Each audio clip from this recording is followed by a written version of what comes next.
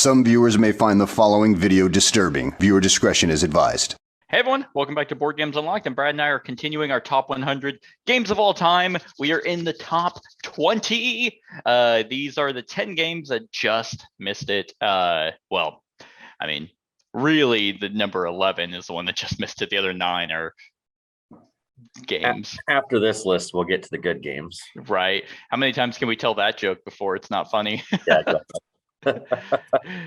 It's like, all right, so this is I only have 3 that fell, and all the rest rose. I don't have any new ones on this segment, surprisingly. I have 4 that fell, 4 that rose, and 2 new ones. Right. And just to show actually how interesting 2021 was for me, is in 2020, 19, and 18, in the top 20, there were always new games. Like last year in the top 20, there were 5 new games. In 2019, there were 3, and in 2018, there were a lot. There were 4, 5, 6, 7. I'll have 3 this year in the top 20 that are new. That are brand new. So, yeah. 2021 was basically like, I actually played these games and they went up. So it's not Cult of the New, I guess. Right. All right. Well, let's without further ado, let's get started with my number 20, which in 2020 was number 9, and in 2019 it was number 8. So it fell out of the top 10. And this is mainly because I haven't played it. This is still a fantastic game. However, the company is starting to worry me a little bit. I did get one of their games in last year, and it's good. I kept it. Like, it didn't make the top 10 or anything, but it was a good game. But their sequel to this game is and this one is Deep Madness. So Deep Madness is a sci-fi horror game. When I'm explaining it to people, it's kind of like Arkham Horror, Alien, and Dead Space, like mixed together. Dead Space, but mainly Dead Space is the biggest vibe I get from it. But instead of being in a space station, it's in an underwater station. There's actually a movie that came out with Kristen Stewart that was about that kind of premise. Yeah, underwater. It was pretty good. Yeah, I enjoyed it for the most part. But this one is fully cooperative, very immersive. You pick scenarios and you jump in. You have all these wide variety of characters. From a lot of them are nods to other IPs. You have Ripley, and you have even Isaac from Dead Space in there. But it utilizes like madness. So the tiles are double-sided. So you have the regular space station, and over time they'll flip to their more psychotic horror side, where madness tokens, that'll be little modifiers of each individual room, and more spawning. Tons of different creatures that have different abilities. And this one does something that I enjoy. I love when cooperative games do a little twist on the turn system. We talk about Aeon's End a lot. And Gloomhaven has its initiative structure, but this one has where you're linked to a monster. And basically what that means is the initiative of the heroes is random, that gets shuffled. But the monster order stays the same, but it goes hero, then the monster he's paired with, and then it goes to the hero monster. And what's cool about that is you can strategize. If there's only one monster left after a player's turn, you can aim to kill that one. And you basically, you remove a monster from the board and you skip the monster's turn. So then it goes you, then the monster, which would have gone, but now it's dead, then it just goes back to the next player in line. Right. So you collect items and shit like that. Like it's very innovative. It also has kind of like log files. That's the consciousness cards. You can get the sanity meter is a little bit different too. Unlike Eldritch Horror, where you have a max sanity capacity. It's not that you go insane and die. This is my capacity, and now each monster you kill, sanity flips to madness, and every 3 madness tokens you get, you draw madness cards, and that's all horrible. But if you kill a monster and you don't have any sanity to flip to madness, then you get a consciousness card, which is a boon. It's like a benefit. And those have it's a lot of reading in this game, but it's very immersive. This is a really, really cool one. One that took me by surprise. This is actually a company that did go out of their way to do a storage solution, like 2 big boxes, which no one else does, apparently. Right. This is a really good one. Like, it only probably fell out of my top 10, mainly because I did play a bunch and they all kind of rose, but also it's a beast to set up. So yeah, that's why it fell so much. But yeah, that's my number 20, Deep Madness. Yeah, this is one that I would like to try still as well. I am slowly making the list. I think we had a running log of games to play. But I don't know where that list is anymore. Yeah. Might have to find it actually while we're games. All right. Nope, I don't have it anymore. It used to be a notepad. My number 20 was one that was 32 years ago, was 15 last year, 20 this year. This is probably, of these next 20 games, this is probably the simplest of the games. But it stays in this top 20 because you don't have to think a whole lot on this game. It's just so fun to roll the dice, get the resources, and go from there. And that's Valeria Card Kingdoms. Nice. First of all, I'll go ahead and get my joke out of the way. This is great art. I love the art. Miko, you know, and I have a question. Yes. I have a serious actual question. Yes. Were you diagnosed as I'm kidding. No, I do have a serious question. That wasn't it. Do you have his game? Because you have a bunch of Miko art games. Yes. Are they higher for you because of the art? No. Okay. No, it's just a coincidence that art is in a lot of those games that, you know. Okay. I was curious because I'm like, man, he does have a lot of Miko art and they're all relatively high on this list. Yeah, these people that make these wonderful games just know who to go to get their art done, and that's why it just turns out that way. Because yeah, there's let's see, I can look real quick. There is one. I guess there's only one more that has Miko art. The rest there is one. But yeah. But anyway, this game is a very much better version of Machikoro for all intents and purposes. I mean, it's in the Valeria universe, which has tons of different games that they've done with different mechanics and stuff. This one, there's going to be a bunch of cards out there and some bad guys. You're going to roll 2 dice that are numbered 1 to 6. You're going to gain those resources. Everybody gains those resources. That's the cool thing. So if it's your turn, you roll it, everybody gains resources for whatever number of those cards fire off in your tableau. Because after you do all that stuff, after you roll the dice and gain your resources, when it's on your turn, then you get to take 2 actions. You can kill one of the monsters, you can recruit a citizen, you can get a domain card, which are cards that give you like ongoing abilities or end game scoring stuff, or you can just take a resource if you need a resource, which I've never known. I guess it's happened, but using an action just to get 1 resource is pretty weak sauce, because by the time this game is over, you have buckets of resources. It's just a fun game, and and they've come out with so many little expansions that have added all these different, because your layout of card citizens that you can buy are from 1 to 12, and but there's like, I don't know how many there is right now, maybe 4, like 5 of each, 4 or 5 of each. Yeah, so you can. I think it gets less the higher number. I don't think there's a lot of like 12s, but there's a lot now. Exactly, and you can change up how you lay out with that stuff. There's tons of monsters, there's tons of variety in this game, and tons of replay.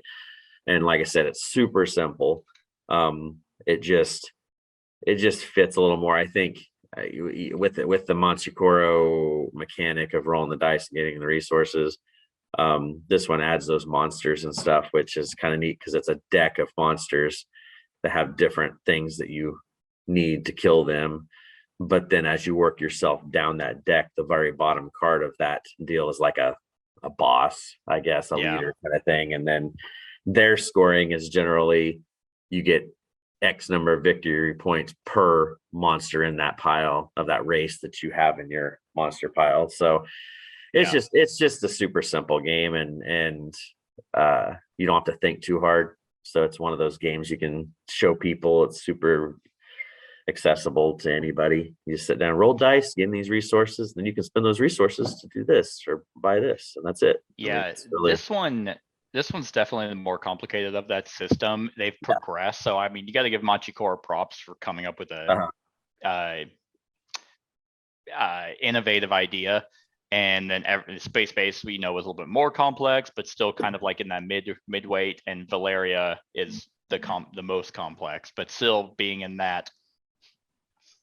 I don't know. I definitely wouldn't call it a family game, but I'm not saying this is a midweight heavy game either. Yeah, I'd say early to midweight. Yeah, like it's with those expansions, I don't know, because they have the ones that are like campaign style or legacy-esque. I haven't tried them. I haven't played the newest one yet that adds those deals, so I don't know what complexity that'll add. Right. But this is one of those games. I mean, even the heaviest of gamers, don't want their brain to burn constantly. This is just something you can throw down, and it's super simple. Yeah. To just play with some friends, and do stuff with. But I agree. This is a good one. We'll have to get the expansions played. Yeah. Yep.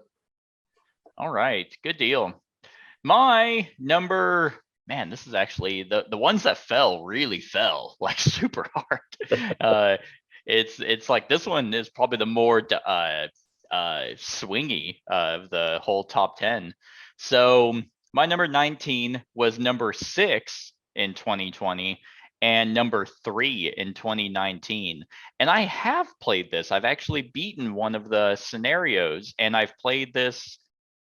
I played it last year for a few hours. So, and I bet you I can nail why it actually fell. But my number 7 is. Your number 7? I mean, your number 7. No, well, you'll see why I said number 7. My number 19 is Seventh Continent. I'm like, whenever you like corrected me, I was like, yeah, you idiot. No, my number 19 is Seventh Continent. This one is masterful in what it does. Like, if you want a survival sandbox game, this is going to be it. Like, because you pick a scenario, or curse is what they're called, and if you have everything, there's like 10, and I always butcher the number, like whenever I say this, but like it's like 1,800 minutes or something along the lines. It's a long time of what people have calculated it takes to complete a curse. Like it's very, very long. It took me months to finish one, and that was actually with me trying to speed run it because I just wanted to finish one, because we got to the point, and this is why this game kind of has backslid. It's because it might be too open than what I'm enjoying at any given time, because I don't want to play this by myself, and I play with one other person because 2 is max for this game, because it's, hey, there's no turn structure, who wants to do what. You could realistically have no communication with other people, and people could go off on their own and just find the cards themselves and do their own thing, but that's boring. Why would you do that? So you kind of have to take turns. It's a very slow crawl game of meticulously trying to figure stuff out, combine items, go explore, find really cool locations, and be like, oh, let's do this, and just be taken to a completely different, like, they have an island. It's mind-boggling what Serious Pulp has done with this game.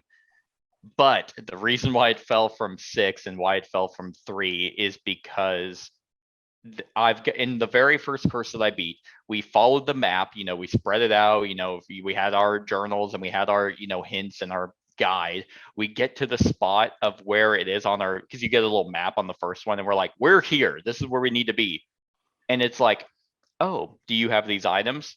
And we didn't. And so now we had to trek all the way back and be like, we don't even know where to go to find these items. That's kind of the problem. And you don't know if you're ever heading in the right direction.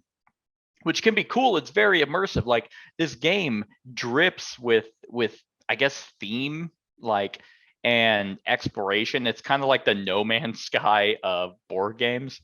But you still, I feel like with this, you either have to set aside an entire day, which would be fun. You could easily do that, or understand that you're like it's just you have no rails. And I think some rails are needed. Like take Sleeping Gods, for example. That's a sandbox game, but you're still given kind of a nudge. Hey, go east. And it's like, ah, okay. And here you get none of that. So it's a very, very cool game, but I do believe with the 7th Citadel, I think that'll replace this for me, because that's a sandbox adventure game, not a sandbox survival. So we'll see where this is at, but right now it's at number 19. Yeah, I think this one's not on my 100. I played it a few times, and I think what you said earlier about it being too open was my issue with it. I think it was just too many options, you know? Yeah. And I mean, I played this with Devin at Gen Con, and we played on a really small circular table, so that was a challenge in and of itself. You almost need to play this on the floor just so you have enough room for all the cards. Yeah. But you can, I mean, it's just really cool with the card system. They were the first to do that, and then a lot of other games started copying that. Not that that's a bad thing, but it's that you have that all spread out. And there were multiple times where I'm just like, I don't even know if we're in the right direction. Like the cards gave us like, hey, it kind of said head north, and that was kind of what we were gonna do.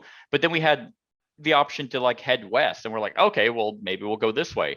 And now we're in the part of the map that I was in the first curse.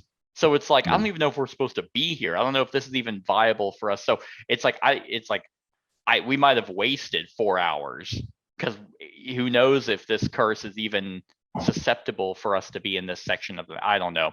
And that's the other thing, is like, you just don't know at all half the time. So it's like, okay, I wish there was just some things to tell you, don't be here, like, fuck off, go back.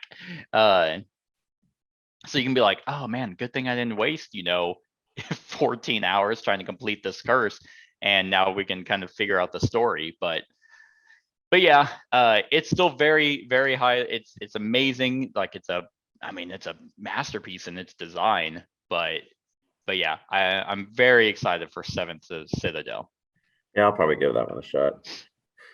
All right, so my number 19 it's risen a little bit. It was 24 2 years ago, 28 last year, 19 this year.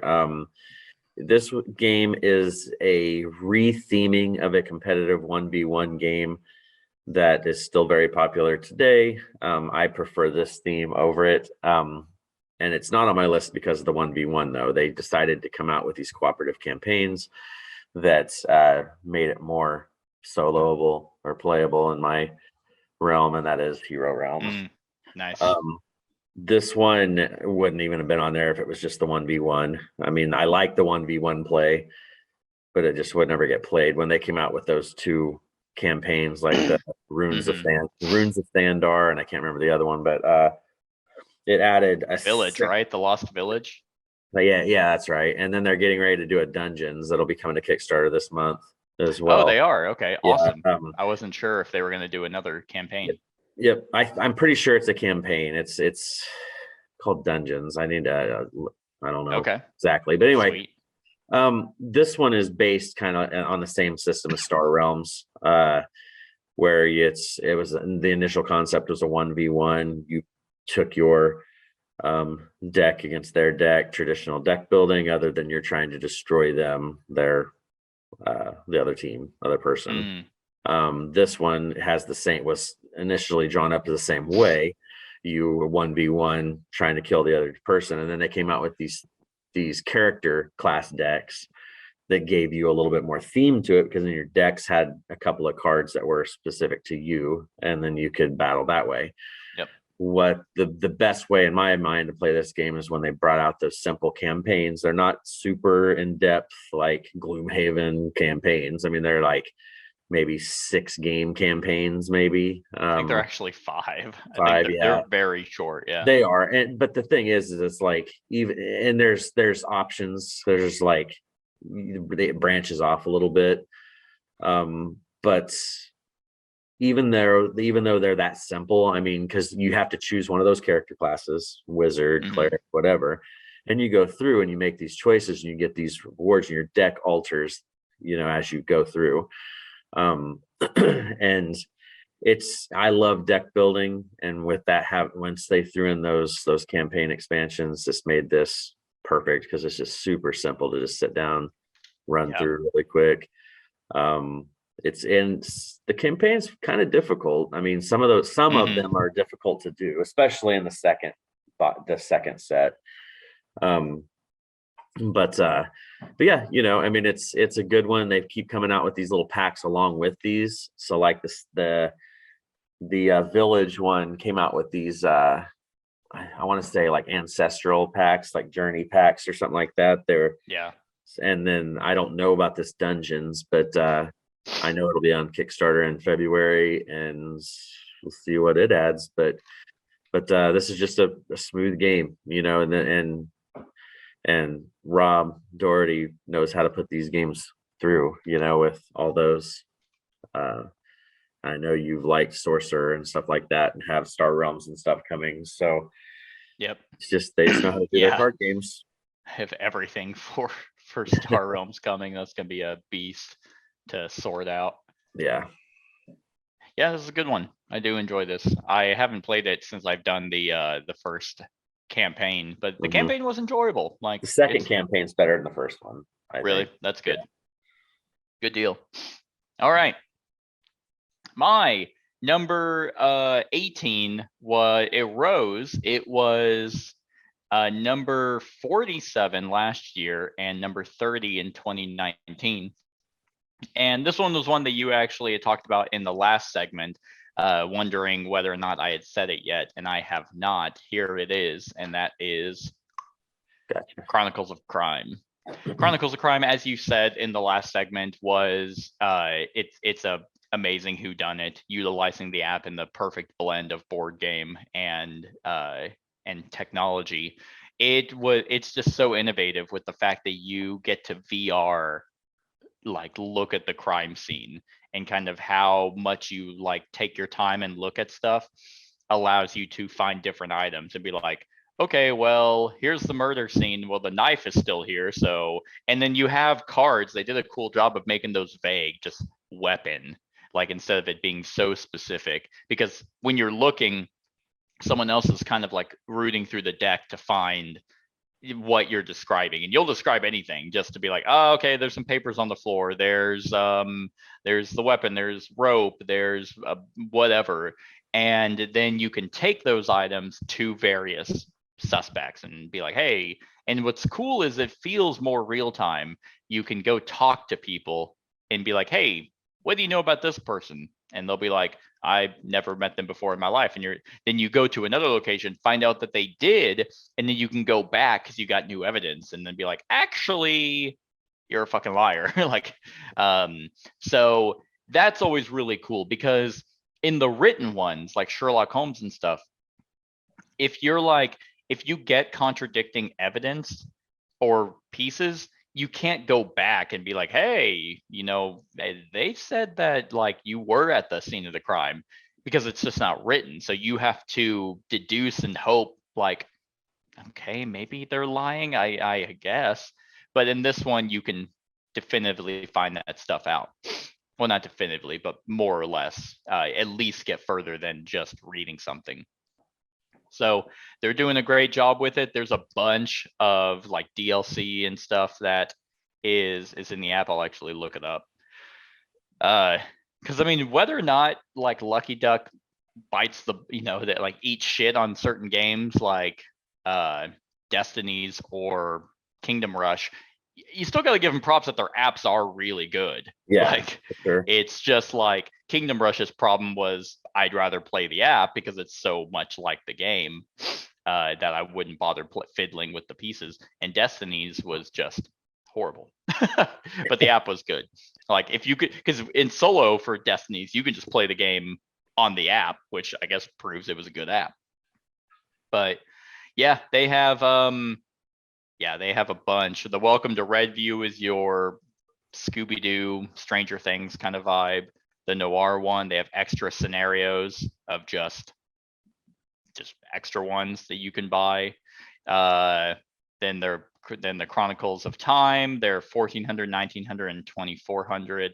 I guess they have a scenario 2. I don't even know what that is of stuff. I guess it's just different scenarios of Chronicles of Time expansions. Oh, maybe you need maybe if you have the other ones already.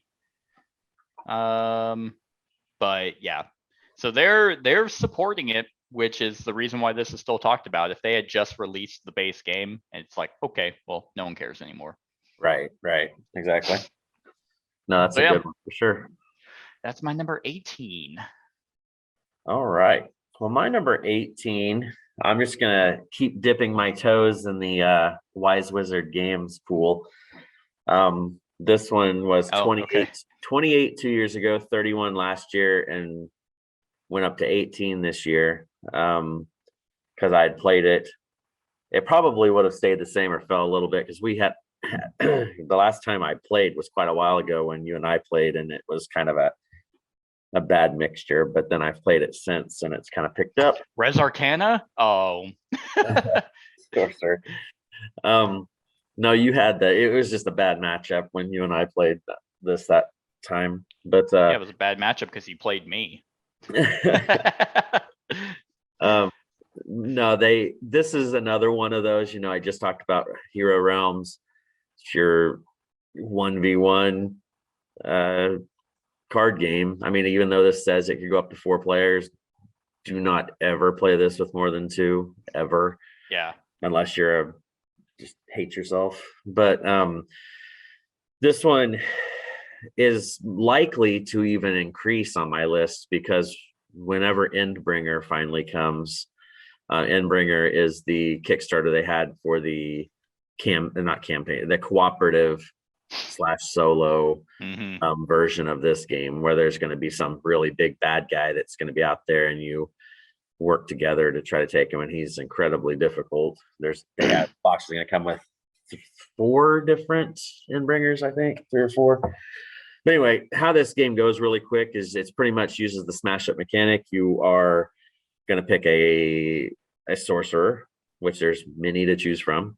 You're going to choose from a lineage, which there's many to choose from, and then you're going to choose a domain, which is again lots to choose from. And you're going to choose one of each of those decks. You're going to shuffle all 3 of those together, and that's going to make up your sorcerer for that deal. And the whole point of this game is not to necessarily, you're not defeating the other sorcerer. You are just trying to be the one to destroy 2 of the 3 locations in the center of the table. All the while, you're placing out, you're summoning minions and all this stuff out there. They're battling. The weakest point of this game is probably the battling. If I had to pick a weakness for it, it's a long drawn out kind of battle type deal with dice rolling and stuff and re-rolling dice with the omen symbols that you gain and all this stuff. But the card play is really neat. The art is just off the charts. Really good. Yeah. And the other thing I enjoy about this game is unlike Hero Realms and stuff where you just have your deck of cards, you play it. This one you have a little dashboard, and you're going to take 6 actions per round, and on those actions you can use an action to gain more energy, which is the currency to play minions or summon spells. You can spend an action to draw cards. You can do these actions to bolster. So if you have a bad hand, you can still come back from that. You're not going to be totally screwed like you would be if you were in Magic or stuff like that.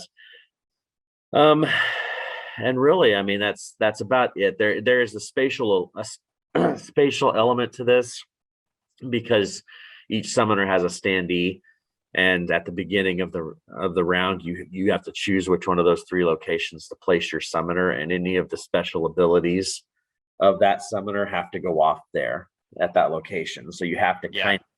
there's kind of a you have to kind of read your opponent and think where they're going to go or where they're not going to go so that you can benefit the most. So anyway, they've done a lot of creative stuff with this. This new Kickstarter coming is going to add more summoners, more decks, and then the nice endbringers, which will be interesting to face off against. Yeah. So, Do you know if there's a meta for this game? Like, is it like, okay, these three are the powerhouses, they win every single time, or is it balanced enough? I'm not sure if that information is really kept anywhere because I've looked on Yeah. BTG because I've thought about that before as well. In my mind, and I'm just talking mainly the base set and the first few decks, because when I was demoing, I was a demoer for this game at Origins 2019, and there was a couple of decks that were, I don't know if they were better, but they were easier to grasp. You know what I'm saying? So like Okay. you're teaching new people, just like in a lot of good games, there's some decks that just as soon as you just throw it on the table and go, and there's other ones you need to kind of know the logistics of that deck to do it. So there are some that I would think in my mind, whether the numbers would show it or not, that would be pretty nasty together. But I think that gets more and more watered down the more decks that come out. True. So, All right. Yeah. Good deal. Yep. Great game. Great game. Where was that for me? I don't even I want to say like my remember. 40s, maybe. It was 50s. damn it. It's right here. It was 39. Oh, 39. Okay. So that's Yep. close. Yep, it was up there. All right. My number 17 is basically also my number 18 because I cannot ever really decide which one I like more. They are virtually the same.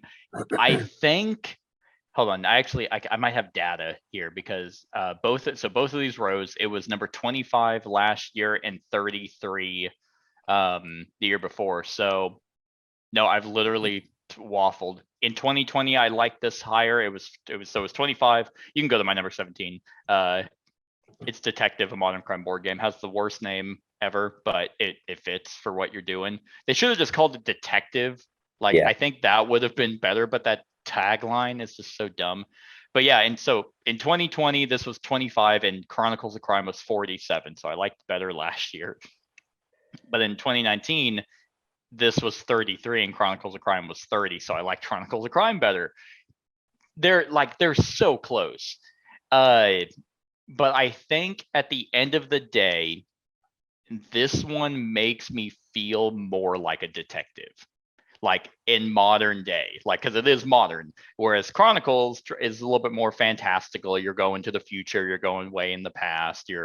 They have modern day ones, of course, and this one even has done stuff like that too. This one has done the 80s, and then the 40s, like LA Crime is like the noir kind of setting. And then they have one that was created by Rob Davio. It was their signature series where they did, I think, yeah, it was the 80s. And they had to tweak their system. So like Chronicles of Crime with the app, this one doesn't do an app. It does a website, which is amazing. The website, it's fine. Like, it's not like it does exactly what it needs to do for this game. But man, is it just so cool. The fact when you're going to locations and you're interrogating people, you're searching, you're watching videos, you're utilizing the internet to figure out what stuff is. Like, I mean, non-spoilers, but like the very first case, it gives you like little Wi-Fi signals or symbols to be like, to look stuff up, be like, hey, nod, this might be something to look up. So you go to Google and you're like, what is this? And you actually learn something in real life that pertains to the case, that you utilize real world knowledge, in like some cases real world history, to then be like, oh my god, this is how we solve the case. and it's never as obvious as you think it to be. So you can go to the crime scene and you get fingerprints, but you have nothing in the database that compares it to. But then you talk to someone else, so you find another piece, you find an item, and then you put that item in the database, and then it cross references, and it's like, hey, this was actually the same fingerprints you found at the crime scene. And then you can go and because it utilizes a deck, like you go through the deck and pull out cards, and those are where your leads are. Man, is it just so cool. The writing is really descriptive. I think an example I always give is something that I could see someone doing. It's just like they were describing you being in the office with a cup of coffee, your desktop, your laptop, and your phone, just researching multiple different things. I'm like, yeah, that's kind of what I do even for my own personal job. Is I'm like, okay, my computer's doing this, pulling out my phone so I can like Google something else or continue watching my porn, whatever I need to do to pass the time. And they're just really innovative with their cases as well. Like they have a season 1 where it was like 3 different cases. One of them was kind of like the Knives Out who done it, like one location, which was really cool. They even did their Vienna collection, which I think I had on my top 100. Let me see. Vienna. Yes, it was high at 57. And to be fair, probably next year I'll combine them, because Vienna Connection, while being a different game, it's this game, but in the Cold War.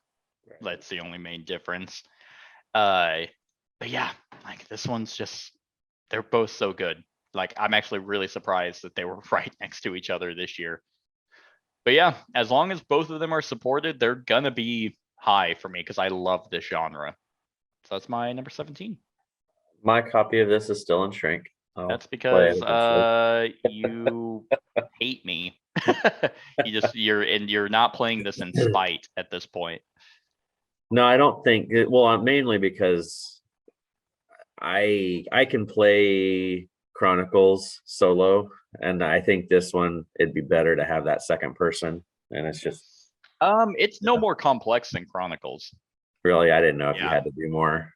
No, actually, I would probably say you have to do more in Chronicles. Really? Okay. Like, because you have to fiddle with the app, and this one you just have your laptop or tablet or whatever it is right next to you, and you're not like living in the website. It's really just kind of like you're living in the cards, and the cards tell you, and you're reading.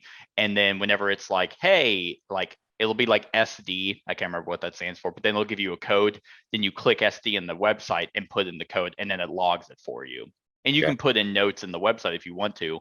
But yeah, Chronicles of Crime is way more app driven than this is website driven. Gotcha. So all right, you could easily play this solo. If you do Chronicles solo, you can do this one. Okay, that works. All right. Well, my number 17 is a modern day tragedy. Okay. It was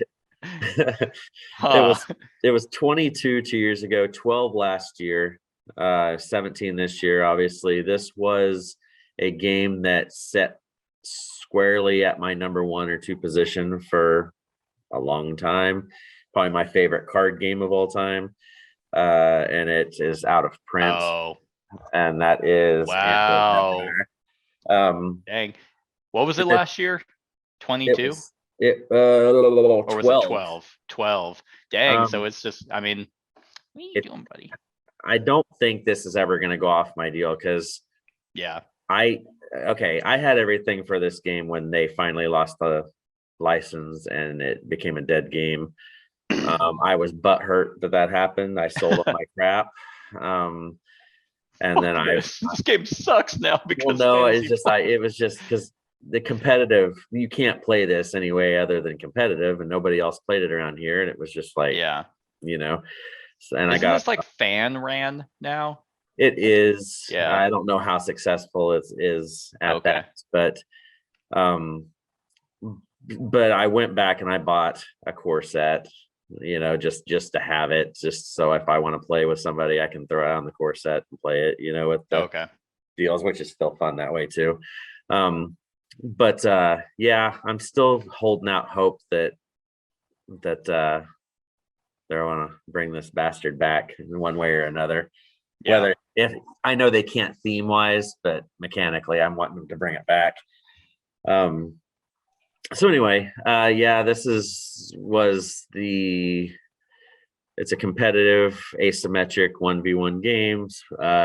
Each match you play with somebody, you're going to run with 2 decks. You're going to have a deck for the hacker, the runner, what they call them, and then one for the corporation. And you play against each other one way, and then flip flop and play the other. The What way happens if you win one and lose the other? it's a split, and because when you go to tournaments, if you win one, lose one, it's a total point deal. So if you sweep, you get 2 points. If you split, it's just 1 point. And gotcha. That way.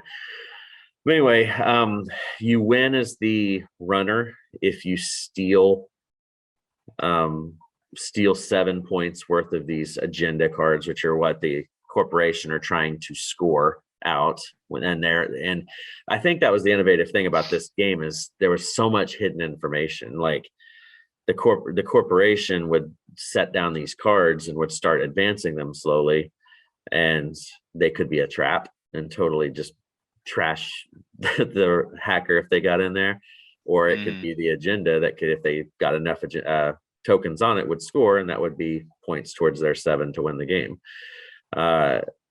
And it was a difficult game to learn because everything had a different name, like the corporation's deck was called their oh god, can't think, their hand was their HQ.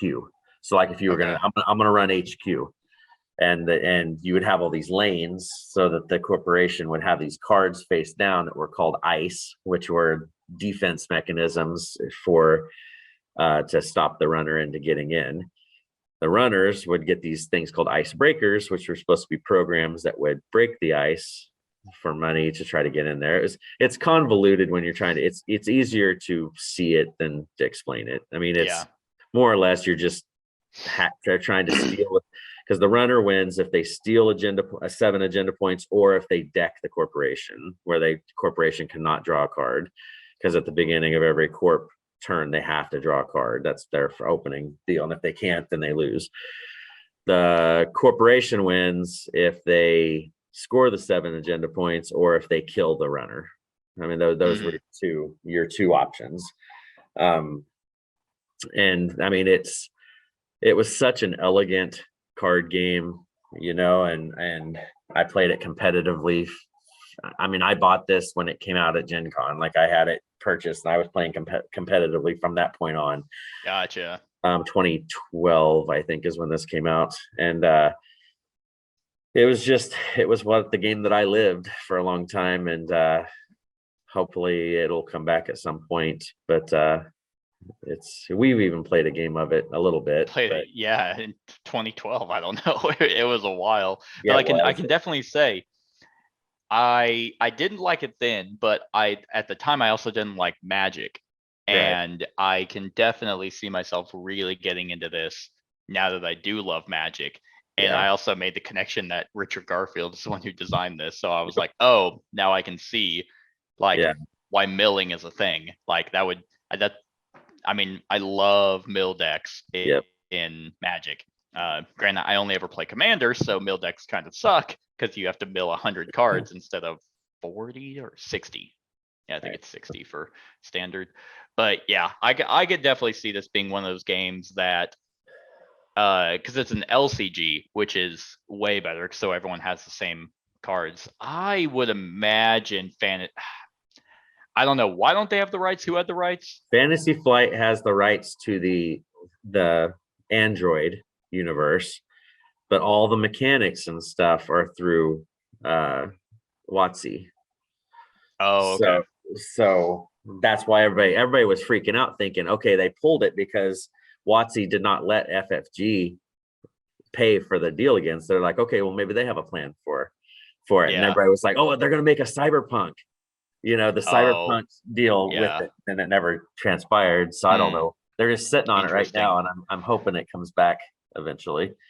I don't can care what- I see don't it. care It what all theme depends on they- how much. Just go ahead. I don't care what theme they put on it. The mechanics Yeah. went way over the theme for me. Like the Yeah. this was probably the best mechanical card game I've ever played. Yeah. I mean, I would probably I'd put Magic as probably the best card game just through sheer longevity of I 28 just like years. the hidden information is what I like though. Like Mhm. all the hidden stuff and not knowing if it was a trap or not. That's the kind of stuff like Right. and that's Magic kind is of just stuff you play what learn. have, you know. Well, Magic also has that reading the person kind of thing where it's Yeah. like, he didn't tap all his mana and he still has cards in his hand, so he must have an answer. But you're right. Yeah, most of the stuff is open knowledge in Magic. This definitely didn't have it. So I don't know. I'd like to say it would come back with, but it all depends on how much Fantasy Flight makes. Like they have like nothing in terms of actual games. They used to have so many. Now it's Marvel Champions and Arkham LCG. Well, and it's like they have this Android universe, but they don't have any games currently in it, you know? Yeah. So, I don't know. It's weird that WotC can have mechanics. Yeah, there was something weird about it. That's so strange to me because I remember whenever Rattle Battle grabbed the loot and Pirates of the Seven Seas. You remember those where it was like a niche for like 2 games where you dropped the dice and saw it. Like apparently Portal paid for that mechanism to have it in their Rattle Battle game, and I'm like, And what? yeah. Well, and I think what it is because back in the 90s, there was a card game from WotC called Netrunner. Okay. And it was this game more or less. And then Fantasy Flight bought the Netrunner thing from WotC to use it in their Android universe. And then they decided to pull the Netrunner stuff back to them. So then that was what it was. It was the Netrunner. Because I have some of the old cards because I just out of nostalgia, I bought some of the old packs because it was a CCG Netrunner, the old 90s one. Yeah. And stuff. And the card art's just silly to see how some of the stuff and everything compared to what the Android universe was. But yeah, anyway, I say Modern Tragedy because of how great of a game it was and how it's just kind of not anywhere now. It'd be kind of like if Arkham LCG just kind of goes poof, done. Right. So I was trying to find some research and some guy asked the question if he's at legal risk if he uses mechanism from another game in his own design. This guy says he's not a lawyer, but he looked up, there's a link, but he says mechanisms of a board game cannot be patented, which is why there's so many deck builders, because you can't just be like, oh, we own deck building. So there must be something else. Like I probably have to dig deeper into what WotC owns and why Fantasy Flight. It's the Netrunner name. So like I think FFG could probably put the exact same game out, just not call it Netrunner. Just not call it Netrunner. Yeah. Because I'm sure they could probably do all the same damn mechanics if they wanted to. That's what I thought, yeah. It just couldn't be Netrunner because and if was, you know, if Fantasy Flight somebody did Magic and didn't call it Magic, you know, it'd be the same. Right. Kind of right, which a lot of people do. Right. Yeah, I'd be curious. Fantasy Flight they'd probably start making bank if they literally cyberpunk. Yeah, like that would be if they wanted to keep the same theme, which makes the most sense for the mechanisms. Right. Like I can't think of another theme where it's like, oh, I mean, you could probably do maybe spaceships or something where you have like a big mothership that uses firing lanes or something, and then you have a little small craft. I don't. You could do. That's the closest I could think of. But yeah, this one, I would probably jump back on it if it was modern. Kind of what they're doing with Arkham and Lord of the Rings. They're doing the revised core set. Right. Well, So that was the thing with this is because they did the revised core set for this. Oh yeah, you're right. And then like 2 months after the revised core set came out, then boop, it's done. Yeah. Yeah. So I don't know, but you'll be keeping an eye out more than I will. Yes, So, I will. but if they do come back, hit me up because then I'll actually be prepared for our game. You won't hand me some deck you can easily beat for your ego. Hey, I had a bunch of you got just as good of a deck. It's just you have to know how to play it. That's the problem. That's true. I did not. Yeah, that's why I hated Magic for the longest time. A friend of mine would hand me a deck and then play a deck that would easily beat it, and I'm like, "Fuck this game." But then I got good. All right. That's enough time on this dead game that's never yes, coming back. My number 16 is not a dead game, but it is one of the few that fell. This is the last one, I believe, that fell on this segment. It is. It was number 15 last year, so it fell one spot. And it was number 10 in 2019. And this only fell the one spot because it is a beast to set up, and I want my big infinity box so then I can have it stored and then still make it a beast to set up. And that is Anachrony. Anachrony is at this point I always waffled between this one and Tricarion on which one I like better, but I think consistently it has been Tricarion. I lied. Last year Tricarion was higher by 2. I am not consistent apparently, but I did play Anachrony last year, and man, it's just so good. Very heavy Euro game, but an amazing worker placement with a really cool theme. This is one where each worker has different specialties, and you have to utilize suits because it's kind of post-apocalyptic. So you have to use power cores to power up the mech suits to have those workers go out. So if you have an engineer and send him to the mine, he does better. If you have a scientist go into recruit, or if you have I don't know, I can't remember what they're called, recruiter, he does better. Like they don't become exhausted when they go to various locations. But you have to manage that. You have to manage resources, which you use to build buildings, which go into your little hub area. And that's the other thing about Anachrony that I really like is you can actually get an engine going. You can utilize a lot of cool free actions to give yourself resources to do an action to awaken people so you have more workers. You can just get really neat engines. You can each on the timeline, you can like build super projects which go into your area, and they're really good abilities to have. The main goal is you have a objective that randomly assigned per person that you have to complete. You have to complete at least the first part before you can evacuate, because the theme of the game is a meteor is crashing down or is going to, and you're prepping, your faction is prepping to be the new world leader in the time coming. A lot of people talk about this as a time travel game. It kind of is. Like that's not really the point, because you can use, like there's a phase where you can borrow stuff from your past selves, but you have to pay it back, otherwise you're going to start getting paradoxes which cause horrible things. If you can collect enough paradox tokens, then it's just bad for you. So if you really need an item, you're like, oh man, I really need water this turn, but you don't want to spend an action to go get it, then you can just borrow it. But if you pay it back later on, then it's a good thing. Yeah, there's a lot of expansions for this. Really, this is easily the best solo game in my opinion. I love the solo variant for this very much. It feels like another player. Like, and that's my favorite kind of solo games, are the ones where it's like, oh man, like this is as if I'm playing another person. So highly recommend this one. It's really cool. It's just very meaty and solid and everything that it does. This is one of those that I'm sitting there like, this one's kind of weird. It doesn't have that I can think of. So I'm excited for the Infinity Box because that'll, condense it all into one. And then I think there's supposed to be a universal rulebook that allows you to probably help decide what modules to play with, but there's a lot of really good ones out there. So yeah, that's my number 16, Anachrony. All right. Well, here's my number 16 is my first new one of this segment. But it's a new to me. It's been out for a couple of years, and it kind of is one of probably the biggest game from this publisher, and everybody just kind of freaks out over it because of how beautiful it is and everything, and that is Wingspan. Nice.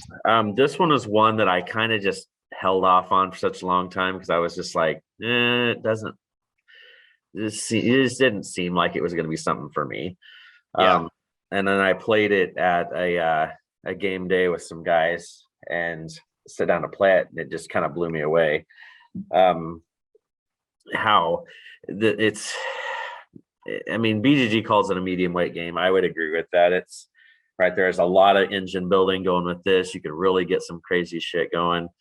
Apparently there's a couple of weird combos you can get that you can just totally blow stuff out. But Yeah, I've seen stack of those. cards, the stack of cards is so damn big. I mean, you know, but the expansions are awesome. I really like the Oceania one that adds the nectar stuff and as a wild and everything. I mean, I've pimped mine out enough now where I have the speckled eggs, and I even have these stupid actual like nests that were built out of twigs and stuff to put the eggs in and stuff. Oh, that's cute.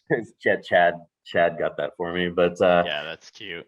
But you know, the thing with this is just how many cards there are, and then every card is different. Every card has a little snippet about the birds, and hell, even and we've talked about this on other lists before. There's an app that you can actually scan the card, and it'll actually make the bird noises of that. Yeah, I haven't tried it yet. Yeah. It's just a super solid game, and for this to be the first game from this designer is nuts. Like this game, I mean, I know Stonemaier was already on the map. I mean, they've put out a lot of good games, Scythe and all that stuff, but this one has just blown the doors off of everything. You know, so many copies sold. I think they hit the 1 million a few months ago. And she's went on, Elizabeth Hargraves went on, you know, this has carried her name to where she's done. I haven't played Mariposas, and I haven't played anything else from her yet. Tussy Mussy is her other game, is what I'm seeing. Possibly, yeah, I don't know, but that is something. But then you throw the freaking art of Beth Sobel in, you know, and she's done so many of these nature games that it's just bonkers. This game single-handedly created a genre, I would say, of because there's all these nature and wildlife games that have come out with this kind of art. It's just like this is the one. I mean, everybody's trying to jump on this wagon, and they're good. I mean, you know, and this one just kind of set it out. For as simple of a game as this is, it gets pretty complex depending on how your engine's built and stuff. But yeah, this one is just totally blew me away when I after I first played it. It's a great one. Yeah, no, I completely agree. This one is one that even Kat will be like, I really want to play that. And it's like, it's even if you're not doing well, at least this is one of those few that you feel rewarded the entire time. Like whenever you're just like, I'm gonna do this action. Oh, and then this is all gonna go off, and yay, I feel good. Like it's a euphoric game. Yeah, and every once in a while I see someone online just being like, Wingspan is a bad game, and I'm like, that is objectively wrong. Like that is a incorrect statement. You may not like it, but to just spout that is so ignorant. Yeah. Like, and it's not even a number 16 for me. It's down in the fucking it was number 64. But I don't know, those statements are just so annoying. Why is it so hard to just be like, I don't like it? Right. Like it's not for me. Like, for example, I just reviewed I did Dune Imperium, and then my friends and I just played the expansion, and I touted the expansion as a really good expansion. I still don't really like Dune Imperium. Like, it's not my favorite game to play, but I'm not sitting there going, it's a bad game. Like the level of ego to think that you're right and millions of people are wrong is just stupid. Yeah. So, but this one seems to get the most hate, I've noticed. Like, I think it's that whole popular thing. Like, it got so popular, people are going against the grain. And I get that. It's kind of annoying. You want to talk about other games, but everyone's talking about the same one. And it's like, And even if it's not for you, it's that much more annoying because you're like, I just don't want to see that. Like Gloomhaven, if you hated Gloomhaven, then it's like, but that's all everyone is talking about. It's just like, shut the fuck up. The people that hate this are the people that hate like Tom Brady, LeBron Right. James. You know, Tom stuff Brady's like the worst quarterback I've ever seen. That's not correct. Yeah, it's so stupid. But yeah, Yeah. this is a really good one. I'm excited for the next expansion. Even Yeah. though Have you it's what? Yeah. What is it? Has anybody? no idea. Okay. I was just I'm curious. sure I'll get email whenever it's ready to see if I can be a reviewer. Yeah, that'd be awesome. But because I'm reviewing the new Libertalia, that's Really, gonna be coming my way. So I'm interested because I like Yep. the original and stuff. yeah, So I actually just played the original of that one, and I'm like, this is good. And then I look Yeah. at the art for the new one, I'm like, is this furry porn? Like, what the fuck is going yeah, I know. on? I like the art from the first one so far, but I'm gonna Yeah, hold- I'm not judging. hold I judgment. am judging it, but I'm not judging the game just by Right. its art. So anyway, that's my Um, 16. Good deal. Good deal. All right. My number 15 is I like weirdly said 15. I was like, like, I don't know why I did that. My number 15 is technically a cheat, and I've done this every year this game has been on here. Last year it was 26, and the year before it was 36. So damn, I should have just swapped it. I should have made it 16 so it goes up by 10 each time. This one rose because of the newest legacy version, but this is a combination of all things. You can go to the next one. All things pandemic. I can't rightfully justify putting multiple versions of pandemic on here. So it's just easier for me to lump them all together just because it's now like what they call it, a moniker or something where it's like pandemic. And then the other game, A Fall of Rome, pandemic, rapid response, pandemic. It's like, it's just like, they just throw that name on it. So I just lump them all into one. The legacy games are phenomenal. Like season 0 was amazing. It's easily my favorite legacy. Probably in general, like I think season 0 was just so good of an experience. Season 1, it's hard to take that away just because it was the first one to come out, and it blew open the door of a genre, of a legacy genre. Even Risk Legacy was kind of, everyone forgot about that. Right. And then I really believe Risk Legacy sales shot up when Pandemic Legacy was a hit because everyone's like, oh my god. Yeah. But and season 2 was really good as well. So they've all just been amazing. Almost every pandemic version has been really, really good. I just replayed Iberia, and that would be my favorite of the standalone genre. Fall of Rome is the most different, but still feeling like pandemic, and that one's really good. The water one is absolute dog shit. I haven't played the dice one, so I don't know. And rapid response is not a pandemic game. So but pure pandemic, just a very solid co-op, has to me an almost perfect balance of stress and strategy and randomness, where it's like, you have information but not perfect information, but there's cards and actions in the game that allow you to get more information so you can plan ahead, and it's all thematically tied. This is just, I mean, it's you can see why it's sold at every mass market store and why it's video games on Xbox and stuff. It's a classic at this point. So if you're bored with base pandemic, definitely get the expansions. They're all good. I wouldn't recommend playing them all together because you will not win. I'm pretty sure it is actually impossible. But the expansions are great. Then if you're done with those, try some of the standalone ones. Iberia, Reign of Cthulhu, if you're into Cthulhu stuff, that one's really good. And then if you want a campaign, the legacies are, every single one of them is solid. I mean, I would probably put 0, 1, 2 like as my favorites, as the order like they kind of actually should go in. But yeah, Pandemic's just always a blast to play. Don't forget about the dice game. I haven't played the dice game, so we need to I don't do that know. sometime just to see. Yeah, a friend of mine, Brett, he likes that one too, Yeah. for different reasons, but he really likes like, because they do at least season 1 of Legacy in such a perfect experience, because you play the first mission, spoilers maybe, but it's pandemic. That's it. And then the next one, it says it just slowly starts changing it, so you're not overwhelmed with like new mechanics. You're just like, okay, now we're in March. Oh, hey, here's something that's a little bit different. Here's a new character you can try, and it's like, oh, okay, well, let's try that. So it's really cool. The legacy aspect that the pandemic's brought really, because you could harken back to be like, yep, that's why North America is infected, because of you remember the moment that happened. And a lot of legacy games don't have that. So yeah, I don't know if I'm going to continue to lump them. I probably will, because I'll feel bad if I leave stuff off and just pick my favorite. Because my favorites would be the legacies, but only for their experience. But if I had to pick, it would probably be Iberia would be in this slot.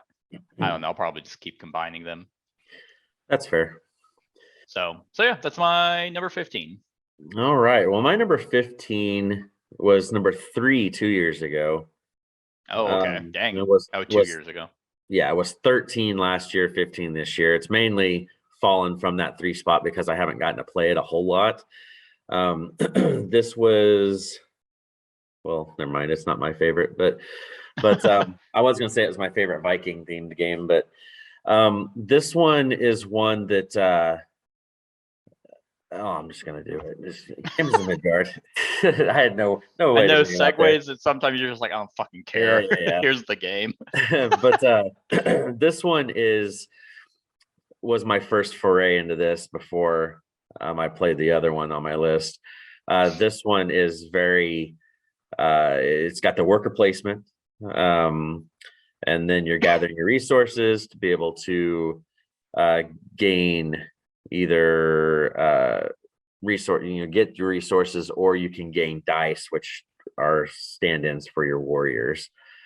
Different colors dice have different faces for whatever kind of warrior they are, and then you are going to spend those to defeat different monsters, or you can go over across the sea to defeat the bigger point monsters. And then whoever has the most victory points at the end, you the theme of it is you become the Jarl, the new Jarl, and the lead the deal. Oh, is that what the goal was? I never knew. Yeah. Whoever had the most victory points became like the leader, the new Jarl. Gotcha. Anyway, that's funny. So base game itself was really solid, but then they really helped themselves out by when they made the expansions for the Valhalla and the Dark Mountains expansions, especially Valhalla, because it was always a rough thing, because whenever you would battle with these, and you would lose dice, it would set you back quite a bit.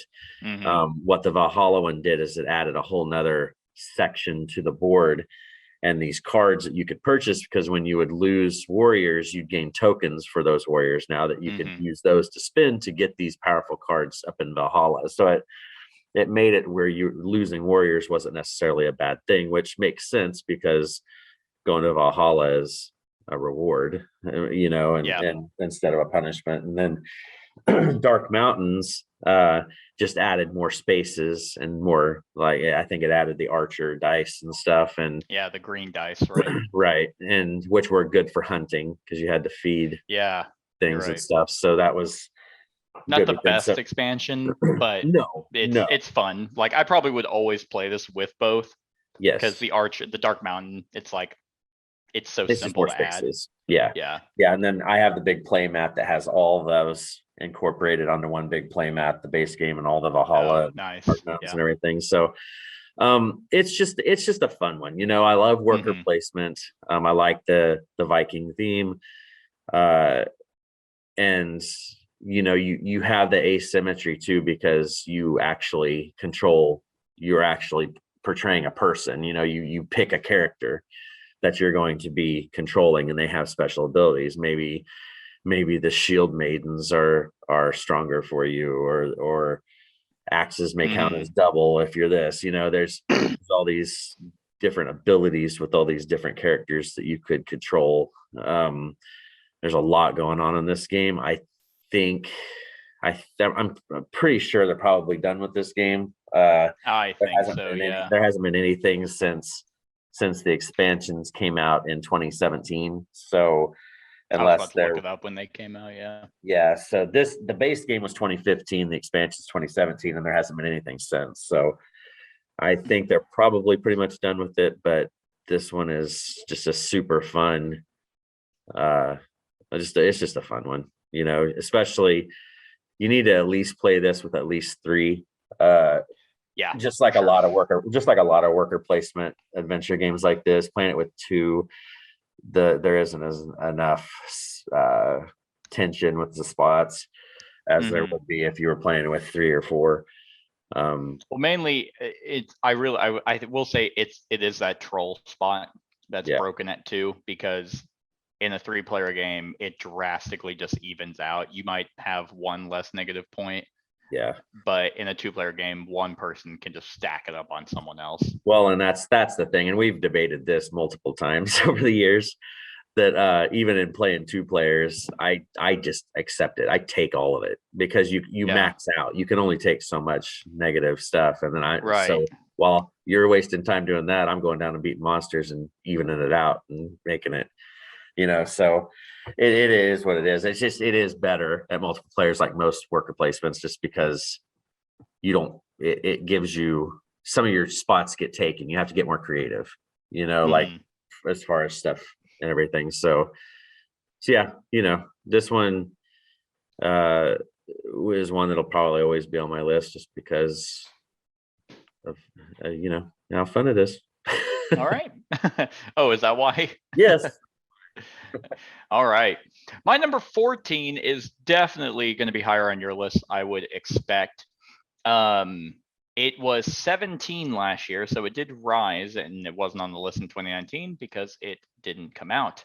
And this one this one might sneak into the top 10 at some point. It depends on how much they want to keep supporting it, but they've been supporting it like crazy and have been killing it.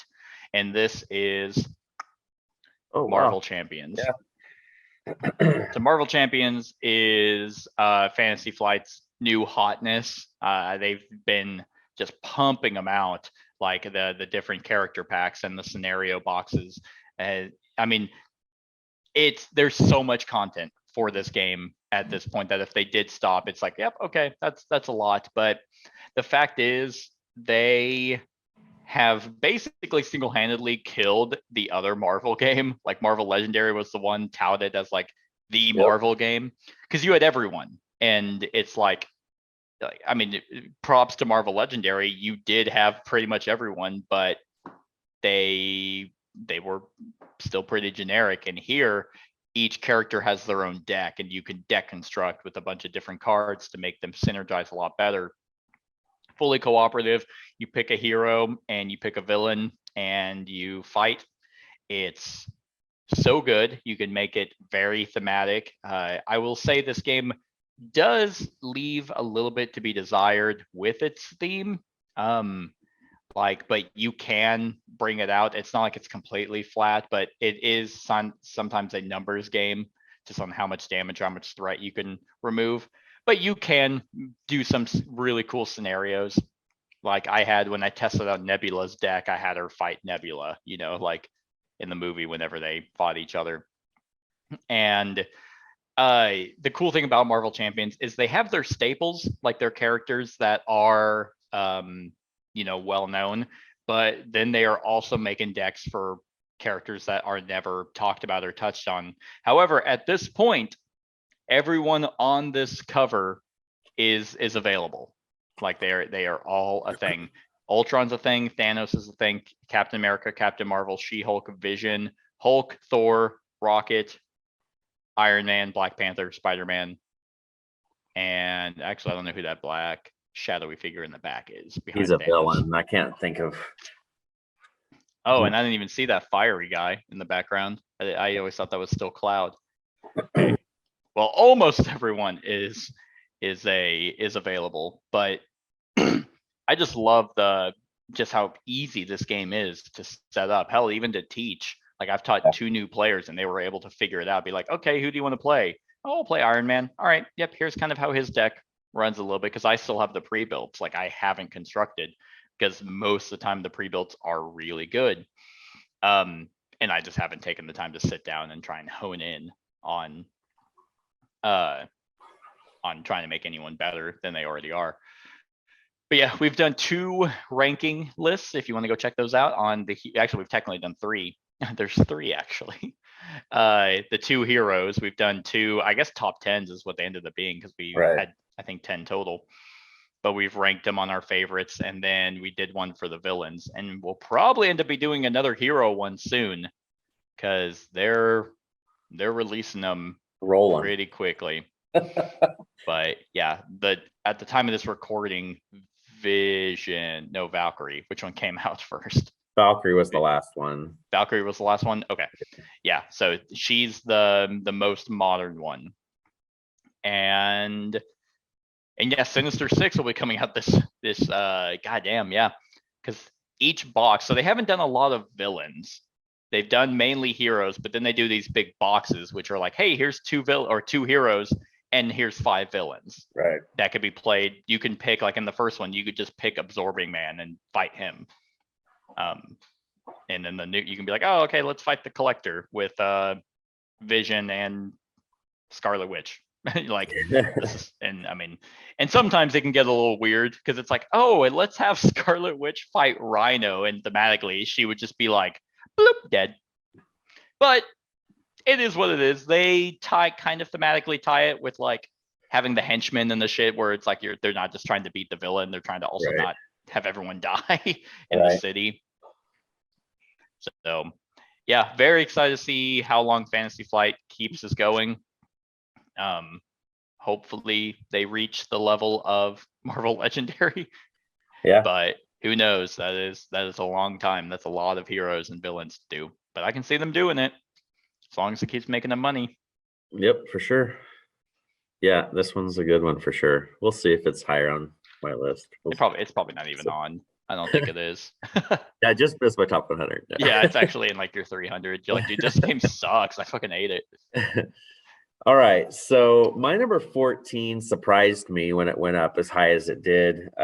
It's been on my list since we started making these lists. Okay. And it was 39 2 years ago and was 40 last year, and then it jumped up. Dang, yeah. I mean, and I think it's just because I've renewed my love of this game, because at one point this one was falling off and a pseudo sequel kind of overpowered it, but then this one's kind of, the cream has risen back to the top. Ooh, and that is Imperial Settlers. Nice. There was a time back when Empires of the North came out that I liked it better. And I don't know where it fell on my list. I'd have to go back and look, but it fell down pretty hard because I started playing Imperial Settlers again, and me and my wife have been playing it, and this one's just the better game, I think. Even though I like the solo aspect of Empires better, because of the scenarios and stuff, I think gameplay of this one just crushes it. Especially when you built the decks correctly. Right, exactly. Even though I don't think they're going to be coming out with any new factions necessarily for this, they have enough out there now to play with. And this one, it's kind of a weird civ building game, a light civ building, I guess, where you have you pick a civilization.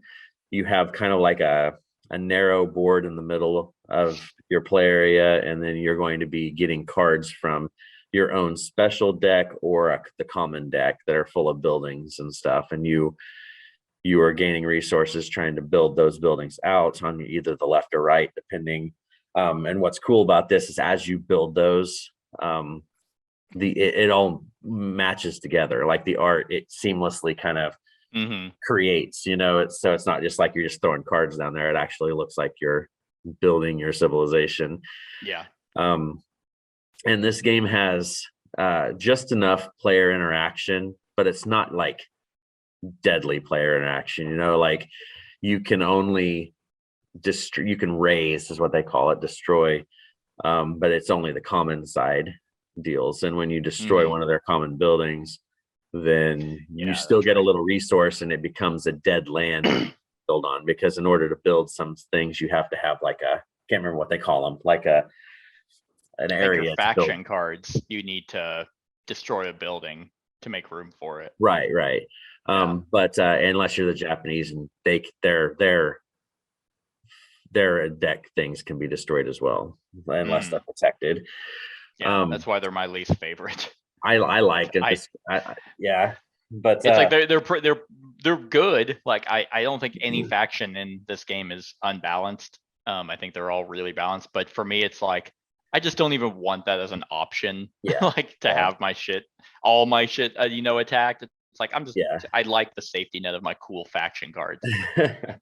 But yeah, this one, I think I also like the deal, because if you have a card that you don't necessarily think you're going to use for your turn, you can make a deal with it and you tuck it underneath your faction board, and then when you do the resource gaining phase at the beginning, you gain that stuff too. I mean, so you're kind of building up this engine of stuff, and you're just pretty much it's a victory point game. The solo on this is you're just pretty much trying to beat your own score by playing against the barbarians.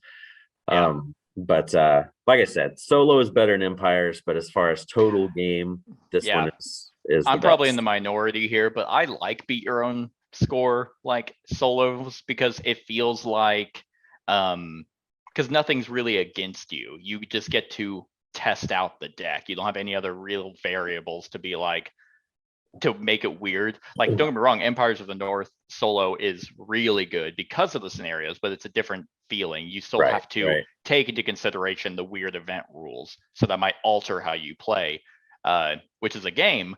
But in here, it's like, oh, I just want to build, the Egyptians. I'm gonna build them this way and see how that works. And then you play the solo, and there's no weird rules to alter how that deck might have played. I don't know. Granted, you're also not deck building in Empires of the North. Right. And I enjoy the solo of this. I just, it's fine. I've played this solo way more than I've played Empires of the North solo. But they're both good. That stupid Imperial Settlers tag on Empires of the North is the only reason why these are compared. Yeah, exactly. Like, besides art is also very similar, and the same company and same designer. But but the fact is, it should have just been called Empires of the North. But these companies put that on there because, I recognize Imperial Settlers, so I'm going to buy this. Well, and they call it Empires of the North, and now we're starting to get these factions for it that aren't even from the North. So it's kind of like... Yeah, so the name is kind of dumb overall. Yeah, I actually just got an email from Portal today about... let me see if I can find it. No, I can't. Was it the one about the September release of the Lighthouse? Yes. I saw that too. Yeah. I'm excited for that one. Even though Imperial Settlers did get an expansion. It got that solo campaign or whatever. Yeah, and I haven't even played that yet. Yeah, I haven't either. I don't know. But this is a good one. Yeah. Are you gonna get that deluxe 51st State? Probably not. I think it was on GameFound. Yeah, probably not. I have everything for it already anyway, and it's it's fine. I had a friend tell me, he's like, are you gonna get that? I'm like, no, I have Imperial Settlers. Yeah, I don't need post-apocalyptic Imperial Settlers. I think I'm good. Well, and see, and then this game is based off of 51st State. The original 51st State came first. Yeah. So I'll probably take a gander at it just to see. Yeah, but I probably won't get it. Play mine. That's true. All right, my number 13 is also going to be higher on your list. If I had to guess, it's probably going to be very higher. Very higher. What? Very higher. Yes, it was 27 last year, so it actually went up quite a bit. I'm actually surprised that last year it wasn't that high, but this one is. It's so good. And it's something that we've just been dying to have instead of Simon's normal dog shit on their Kickstarters. And it's you can go like Cthulhu, Death May Die. Yes. Simon is just torturing its fan base at this point. This is begging for just more content. They did such a great job with this design, except for its tiles. Its tiles are horrible. Yeah. The minis are either too big or the tiles are too small, and I'm gonna go with the latter. Those tiles need to be way bigger. Well, all their zombie sites, the tiles are like huge. Well, they're also square. Yeah, well, every zombie side tile is square, which I don't know why they tried. They did this one where they wanted to be modular, and so they have some weird shaped ones, which is fine. There's nothing wrong with that. Just make them bigger. And so yeah, so this one is a very awesome idea where you take a story and you take a old one and you combine them, and that will change how the scenario is played. Very cool system. I mean, we see that a lot in the Blacklist games and Smash Up and Sorcerer and those kinds of just mixing things together is always a good idea because it's going to give you that replayability instead of being like, oh, here's scenario 1 and that plays out exactly the same every time. You can play scenario 1, story 1, or whatever it's called, and combine it with all the different gods and it'll play differently. Right. Just because of the way the events come out and the items you can find and even the cool heroes that you play. One of my favorite things about this game is that it's not your run-of-the-mill Cthulhu characters you see every time, like in every game, which is fine. They're in the lore, have them. But this one, it was just like, oh, let's take Rasputin. Let's take some fez-wearing doctor guy and make them really neat. Give them some cool, like, tech tree kind of thing. As you get more and more insane, you can build them a little bit different. I don't know. I really, really think Simon is doing a disservice by not. I mean, don't get me wrong. I was completely against Marvel Zombicide until I saw how much they were putting in, and I'm like, fuck. All right, here's $600. However, I think that they would do really well by releasing new seasons and having it to where you can go out and you could pledge again to get the giant Cthulhu. You could pledge to get the unspeakable box. So it's not $300 and you can just shut the price gougers up. Well, you'd think since they altered with Marvel Zombies, they altered their structure. You know, they made the Galactus. Yeah. Not that thing, because they really fucked up with this one because they had the Cthulhu and they just like, oh, we're only making 500 of them. Yeah. And then those sold out and then they increased the price like $15 and they did another 500. Yeah. It's like, just put it out there like you did with Galactus. Maybe they learned. Maybe that'll be the next thing that comes up here in the. Yeah, because that was very weird. I mean, granted, I think that was the only Kickstarter that we've seen that came out with that massive megature, megature, that they were like, oh, okay. Maybe, but I mean, the Cthulhu fans, like, if I had seen this as a Kickstarter, I would have backed that. Like, hell, I'm probably going to go on eBay just to drop the money to get the giant Cthulhu, just because, I mean, obviously I have a fucking sleeve with Lovecraft on it, so you could say I'm a fan. Not of Lovecraft himself, he was a piece of shit, but his lore is really fucking cool. So it's just make the expansions already. Give me my Bloodborne DLC expansion and give me Cthulhu Death May Die. Like, everyone who talked, no one's sitting there thinking this is a bad game. But yeah, anyway, about the game itself, fully cooperative. Your characters go insane. They will inevitably go insane as the game goes on, but they get stronger as it goes on. They have an ability that triggers at certain thresholds. You have Cthulhu, Haster, I think Black Go to the Woods, Dagon, and then the Yig, the Y one. Yig. Yeah. The serpent. Yeah. Yig, whatever. Oh, yeah. Or Shub. Is it Shub Niggurath? It's. Or is it Yig? Yig's the snake. It's Yig, I think. Okay. What, did the Unspeakable box come with? Dagon was who that came with. Ah, okay. Yeah, so there's not a lot, and that's the thing, is there's so many old ones they could throw in. It was it's Yog-Sothoth. Yog-Sothoth. Okay, that was the other one. So yeah, and then they did that book, like Yeah, the the comic book. Oh thing. yeah, I see Yogg Sothoth. Yep. There's a lot. There's a lot that they could throw in, and I guarantee you it would. I mean, it wouldn't break Marvel Zombicide. They wouldn't hit like 9 million No. for this, but they'd probably easily break 5, especially if they brought in the fact you can now get the Cthulhu thing. So yeah, just the really cool aspect of taking and there's like a bunch of cool stories, different stories that have different objectives. Yep. And depending on which god you put in is gonna change how it plays out. This Yeah, is a good one. the game changes. It's just it has the same formula to win it though. Like you have to break the vials or the labs. What am I trying to think? I have no idea. Ritual? Yeah, the ritual. That's the word. Oh, okay. You have to break the ritual before you can start harming the god. Right. So that's kind of the whole thing. It's the puzzle of getting that figured out. Yeah, and even then they can expand on that where you play like they have so many avenues for this. I don't know if Eric Lang was the driving force behind this, and since he left CMON, at least he left it as a sole designer. Like I don't think it was any bad blood between them. Maybe that's why they haven't done anything. I don't know, but we'll see. CMON just made $9 million on Mars, so they can't be wanting for money. Well, right, because that's what they do. They do Kickstarters to make money to pay for the ones that were before. Right. So now maybe they can, they're gonna have to have something big like this to help pay for Marvel Zombies. That's true. Besides, even though that's what the 9 million is supposed to be for, but bad management. That's to pay for their other 20 Kickstarters that they still have out there. Yeah, exactly.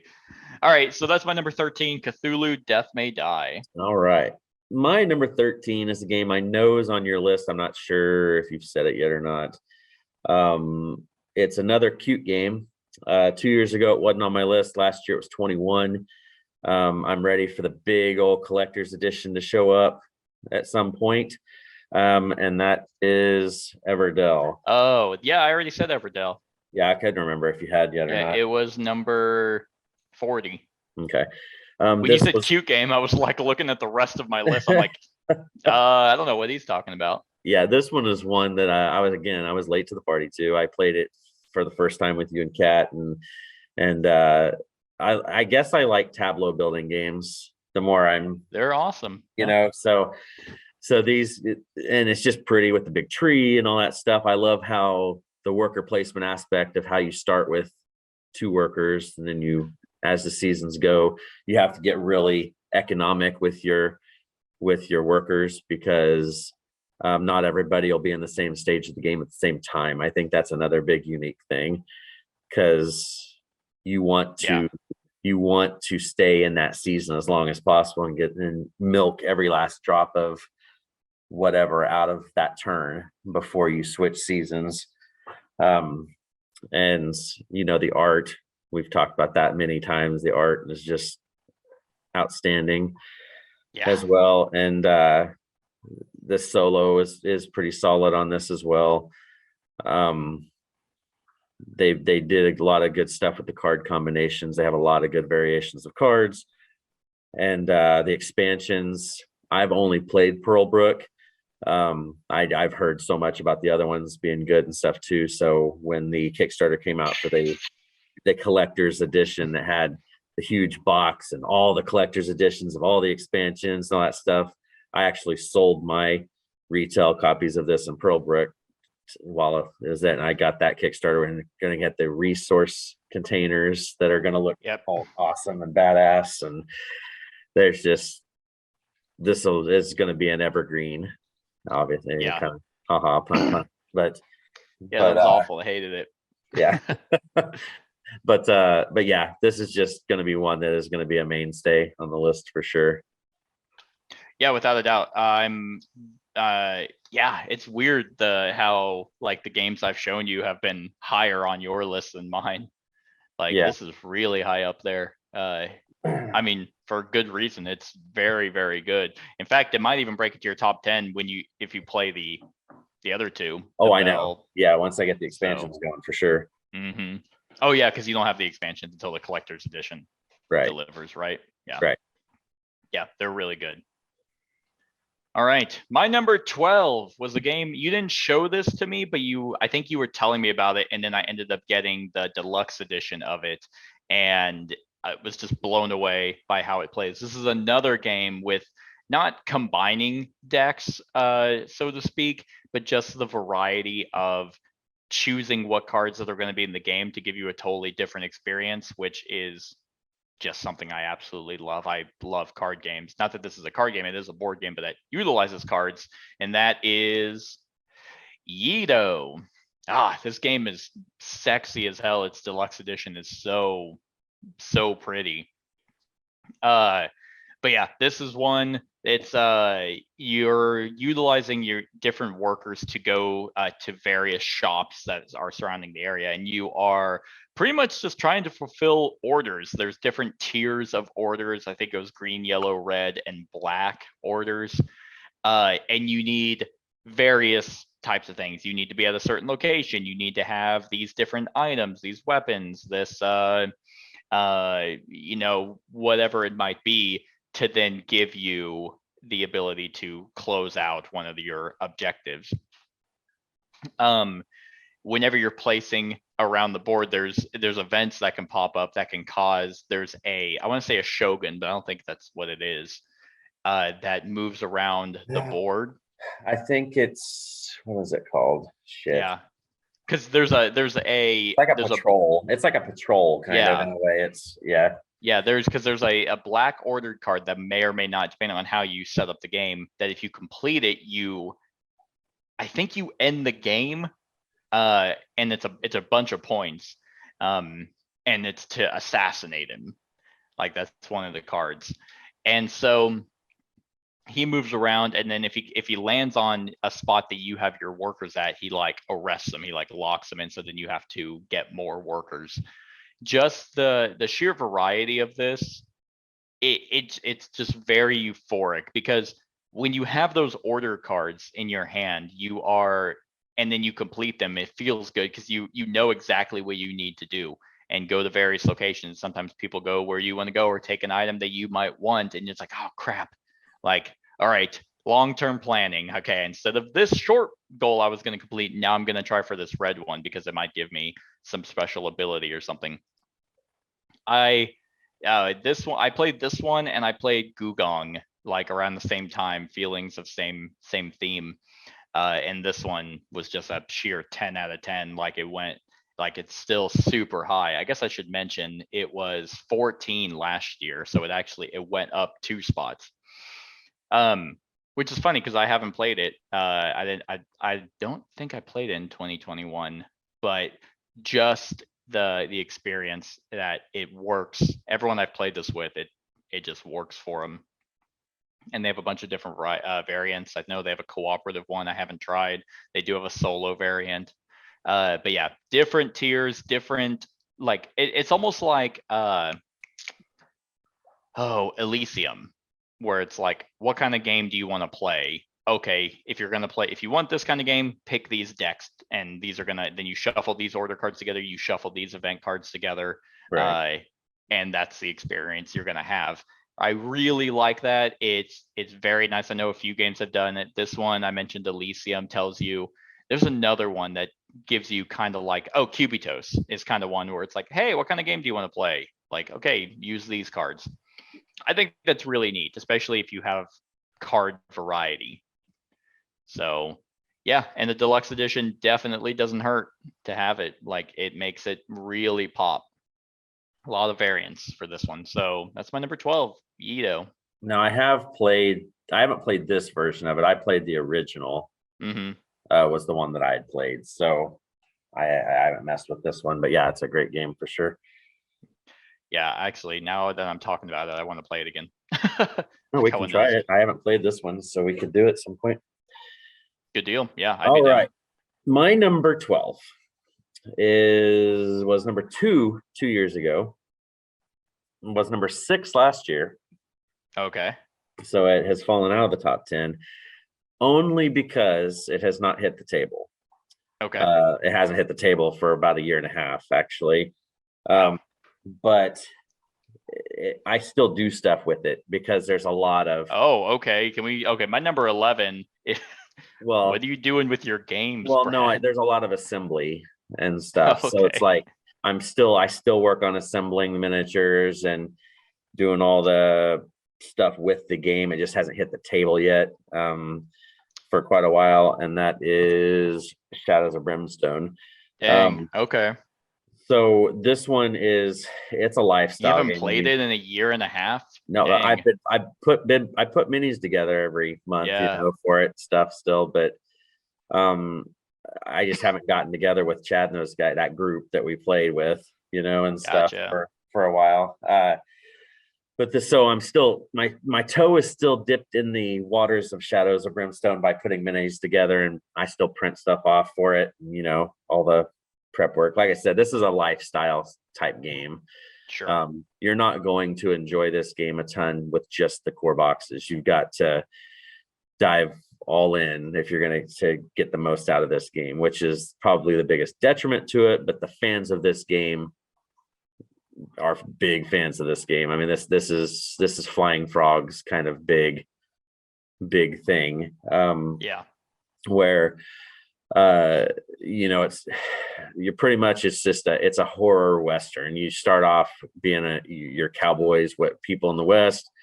There's stuff going on in the mines, so you go and investigate, and it's you fight all these weird monsters that are coming out from the depths, and then there's portals that pop up, which you can pop into all these other worlds, other planets, other timelines, everything. There's just such a crazy open theme, but it's very much like an RPG kind of thing, because you have a character sheet. You're constantly tracking stuff. In between missions, you go to a city and you can buy stuff. You can upgrade your stuff. You can actually mutate in this game, because there's stuff called dark stone that you can that you gather, and it has this power, and it could make you mutate. So there's all these charts that you're rolling dice on and all this stuff to see what kind of mutations you may or may not get. I think my main character in the longest running campaign thing that we have going, I think I have 6 mutations. I think I have horns. I have another person coming out of my torso that has arms and stuff, kind of like Total Recall, that Quato type deal. So it's like, and I bought a little gun for him, so he can wield a gun, and there's just all kinds. I have stone skin. Makes me slow, so it lowers my movement speed, but it also gives me higher defense rolls. And this game is convoluted as hell, but it's such a blast to play when you're playing with a bunch of guys. You're chucking just fistfuls of dice, and these huge miniatures are coming after What would you. it take for me to convince you to do this as a series on my channel? Well, do you want to hire a U-Haul truck to bring everything? It's not that much. You could fit it in your car or my car. I might be able to. I'm serious. Like my SUV, I might not, because I have probably 5 shelves of containers. But would you have to bring all that? Yeah, because you don't know what's coming. Oh, I guess so. I mean, I have 2 huge those wooden artist boxes, right? Mm-hmm. I have 3 of those completely packed of unsleeved cards. Dang. Vertical. And I mean, it's nuts how much crap is with this game. It's ridiculous. Yeah. But but you don't have the feudal Japan, do you? Yes, I do. Oh, you do? Okay. Yep. I treat it as another world, because you could use that as a starting point. Right. And you could be those people, or you can treat it as an other world. So I always treat it as another world where I could portal to this feudal Japan. I think that's fair. Yeah, I mean, it's called Shadows of Brimstone. It's supposed to be a Western. Like, I think it's totally fair to start out as the Western, and then you just yeehaw into feudal Japan. Yeah. So, there and these expansions that are coming out that probably here. I mean, the Kickstarter was probably 2.5 years ago, maybe 3 years ago, and it still hasn't come. It'll be here in another year, probably. Yeah. but it's adding some more story and more depth to some of the worlds that. Did they ever fix the roll to move? No, is it's that always it's roll to move.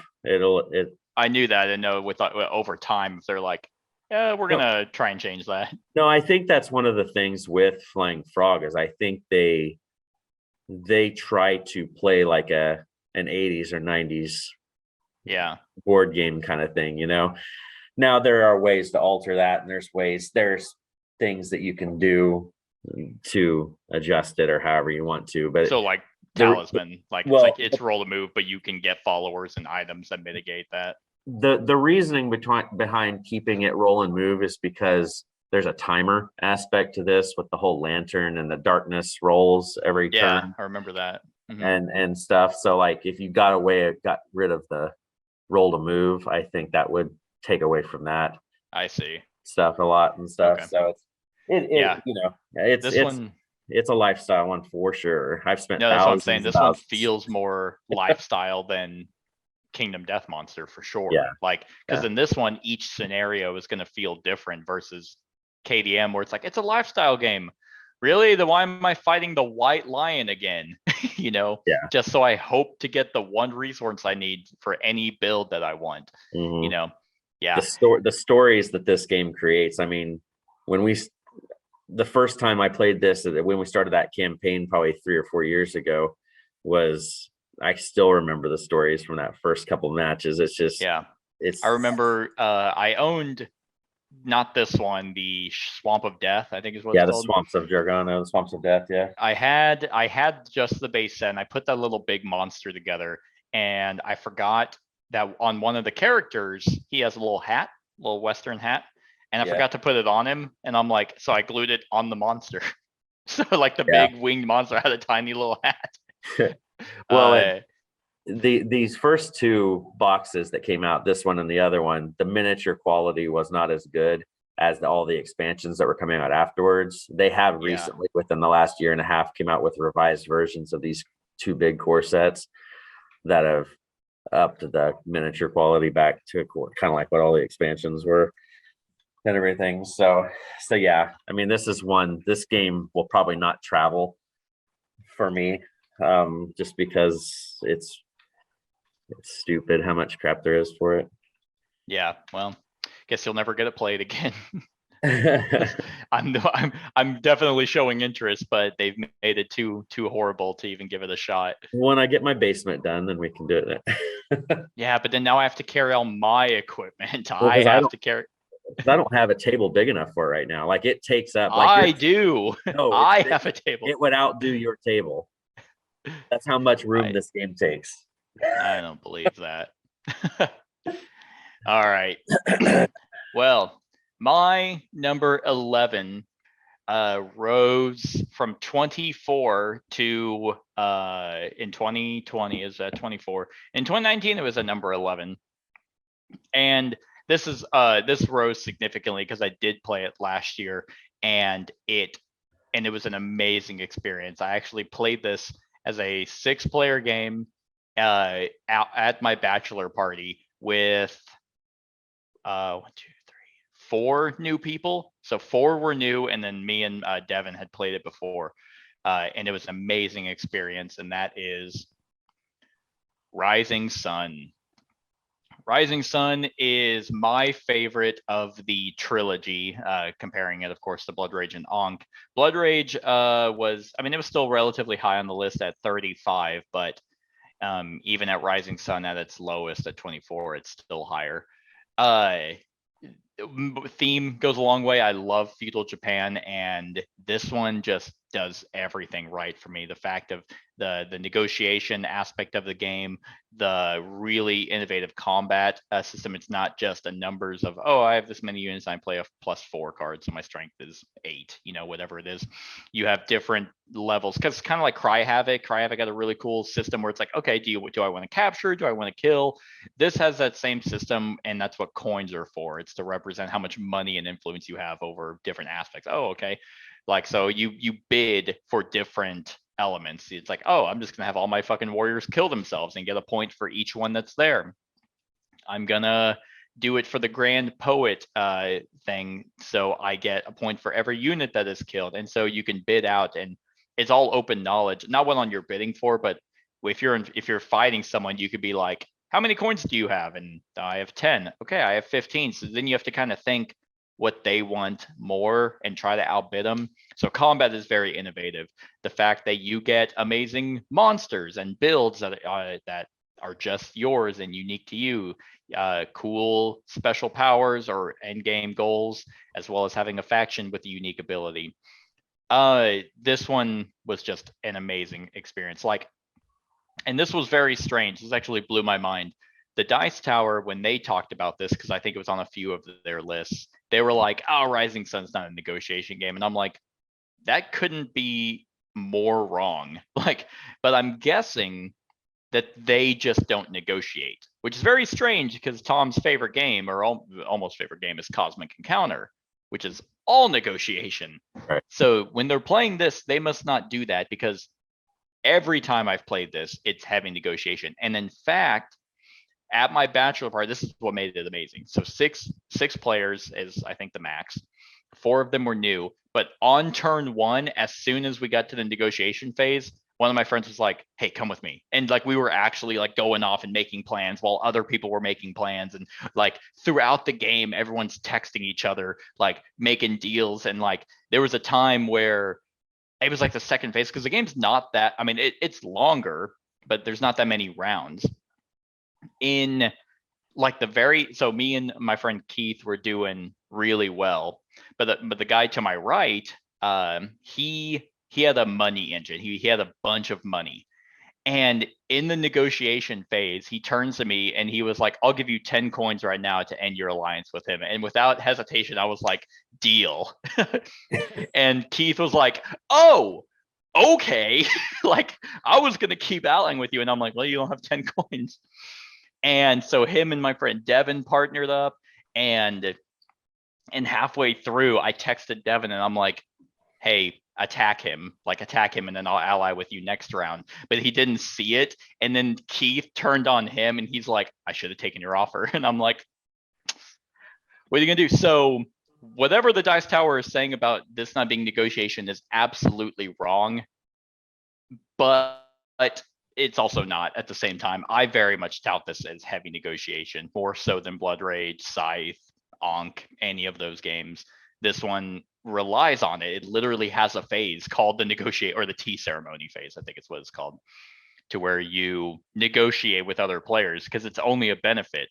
Because whenever you play actions, there's a primary and secondary, and everyone does the primary, but only you or your partner get the secondary ability. So it's, I just love this game so much. It just sings on all levels for me. Very high the past 2 years, and it only rose because of that amazing experience I had. It was so good. Like, everyone was like, even like 2 weeks ago, my DM, he was the one who gave me the 10 coins, my DM for D&D. He's like, oh man, you need to bring that down one day, like where we don't do D&D, because they want to play it again, because it was just so good. And that final turn, a friend of mine, he was going to win, and he was a new player, and he had basically a massive sacrifice engine of how he was going to have all his people kill and get a shit ton of points. I had to do some weird fucking play to prevent that. I had some I think I had a monster that negated the ability of another monster. So I had to do some weird maneuvers to get him to not triple out on points to end up winning that game. But goddamn, it's just so good. So that's why it's my number 11. Just not making it into the top 10, but I mean, it rose 13 points just after one play. Yeah. So yeah, that's my number 11, Rising Sun. All right. Well, my number 11 was kind of my favorite game of last year, arguably. It kind of took me by storm. It was an awesome experience. I showed it to you. You bought it. And I had no reason, looking at the box cover and the name to even think this was going to be a good game until I watched a couple playthroughs, and really it kind of grabbed me as being, and it was just the right style of game for me. And that's Whistle Mountain. Was that this one- last year? it's new to the list, so I'm assuming if it would have made my top 100 if It was 2020. right. So but I wouldn't have got it on last year's list because I think we probably got it after. I don't know. Right. How Okay. it didn't. It's new on my Right. list too. Yeah, you're right. Right, Oh, well, it's right, because so- okay. So anyway, this is one of those games that, like I said, I don't know why it grabbed me. Like, look at the cover. Whistle Stop was kind of a meh game anyway. They just use whistle as, I think, just to get the whistle on there. I don't think it really I was guess. because it's a wild Yeah. resource, but this one, the mechanics. I mean, of this are- I get it. Like I see the whistle, and it reminds me of the old timey workers like that would be doing this. It's like break time, whoo, or whatever. Like that's all I get. right. So it's definitely not as bad as Empires of the North, Imperial Settlers. Sorry, Empires of the North, with Right. no North factions anymore. But like when this game first came out and I saw the cover, I was like, oh, okay, I have no interest in that at all. But then I started hearing people talk about how good it was. Pretty much it's a worker placement game. You will have 3 workers. You have a blimp, you have a dreadnought, and you have a hot air balloon, and you're going to place those out on the board to gather resources that are out there. And then you also have a bunch of meeples, which are kind of your work. You're not really placing, I guess you are in a weird way, but Mhm. it kind of turns this whole worker placement thing on its head a little bit, because you are building scaffolding, you're putting workers out there, you're building factories or machines on the scaffolding in order to make more spots for you to land, you or your opponents to land their aircrafts by to gather stuff. You can really take advantage of it because if you can overlap and really just gain a shit ton of resources and abilities and actions by doing that stuff. And what you're trying to do is you're trying to get your workers from the left side of the board out there onto the scaffolding and then over to the right safely. Mhm. But what happens with this is as machines start getting built, the water starts rising from the bottom. So you keep placing these water tiles out there, and it's like it's growing higher in the canyon. And if a machine gets covered up by water, it doesn't function anymore. And if you have workers that are there, they fall into the water, and those are all negative victory points at the end of the game. Now there is places that you can rescue them and save them and stuff like that, but there's a very good engine building thing with this, because you can also buy these upgrades for your board that upgrade your resource collection or your aircraft abilities, different odds and ends like that. But this game, it's so tight and it just sings, like I don't know how else to explain it. It just, if I had to pick one negative to this damn game, it would be why they put this board into 4 pieces instead of just a folding board. I mean, that would be a lot of companies are doing that lately. Yeah. Merchants of the Dark Road is a 6-piece board, and it's like, what the fuck? Why? Yeah. Like, So, I mean, it's not like it's modular, so just make a folded board. yeah. So this one, like I said, take the theme, like the theme of the box out of it. The theme of the game is solid enough because you're trying to get your workers across the that valley or gorge or whatever. You're rescuing workers as they go in the water and all this stuff. It's really cool because As they're drowning. Yeah, oh exactly. God. With a bunch of snowflakes. Just drown. My grandparents used to drown. I was raised drowning. And I think the theme of that is when you're building these machines, they're putting off more heat, and those snow-capped mountains are draining down the water, and that's what's causing them. I don't know. But I thought it regardless, was you were drilling into the mountain, and for some reason there was just water in it. maybe I don't know. But all I know is mechanically this game is outstanding. How Yeah. it plays and the engines you can build, and it's just it quite possibly could be a top 10 game next after it gets more Yeah. play, especially Yeah. since they put out that solo print and play thing. Yeah, I haven't tried that yet, but I do have that printed off. Well, they're talking about possibly bringing it out in full retail. Oh, okay. Cool. So we'll see how that goes. Awesome. Well, that was that segment, everyone. I hope you enjoyed. The next one is, of course, the magnum opus, the top 10 of all time, until we do this again in like 9 months. And yeah, I mean, it's gonna be a doozy, I think, but this was a wonderful segment, I think. Let us know what you think of these games in the comments below. Other than that, like, comment, share, and subscribe, and have a wonderful whatever time of day it is for you. Hey everyone, thank you for watching, and I really hope that you enjoyed the video. If you would like to see more of my content, go ahead and click that subscribe button and the bell to be notified whenever I upload any new content. If you feel like supporting the channel, you can go ahead and click that Patreon link to be taken to my Patreon, and any help is truly appreciated. Other than that, stick around for any other run-throughs or reviews or cool top 10s or whatever I feel like putting on. Other than that, like, comment, share, and subscribe, and have a wonderful whatever time of day it is for you.